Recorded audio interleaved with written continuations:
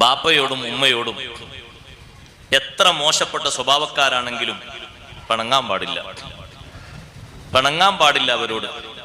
നബി സല്ലല്ലാഹു അലൈഹി വസല്ലം തങ്ങളുടെ ഒരു ഹദീസിൽ ഉപ്പയെയും ഉമ്മയെയും ഒരിക്കലും നിങ്ങൾ അവരെ വെറുപ്പിക്കരുത് എന്ന് പറഞ്ഞപ്പോ തിരിച്ച് തങ്ങളോടൊരു ചോദ്യം ചോദിച്ചു, നബിയെ, ബാപ്പാന്റെ ഭാഗത്തുനിന്നും ഉമ്മാന്റെ ഭാഗത്തുനിന്നും ളുൽമുണ്ടായാലോ എന്നൊരു ചോദ്യം, അക്രമം.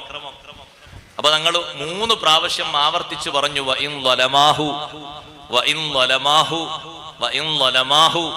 ബാപ്പയും ഉമ്മയും മകനെ ആക്രമിച്ചു, അന്യായമായി വല്ലതും പറഞ്ഞു ചെയ്തു എന്നാൽ പോലും ആക്രമിക്കാൻ പാടില്ല. അവരെ ബഹുമാനത്തിന്റെ സ്റ്റേജാണത്.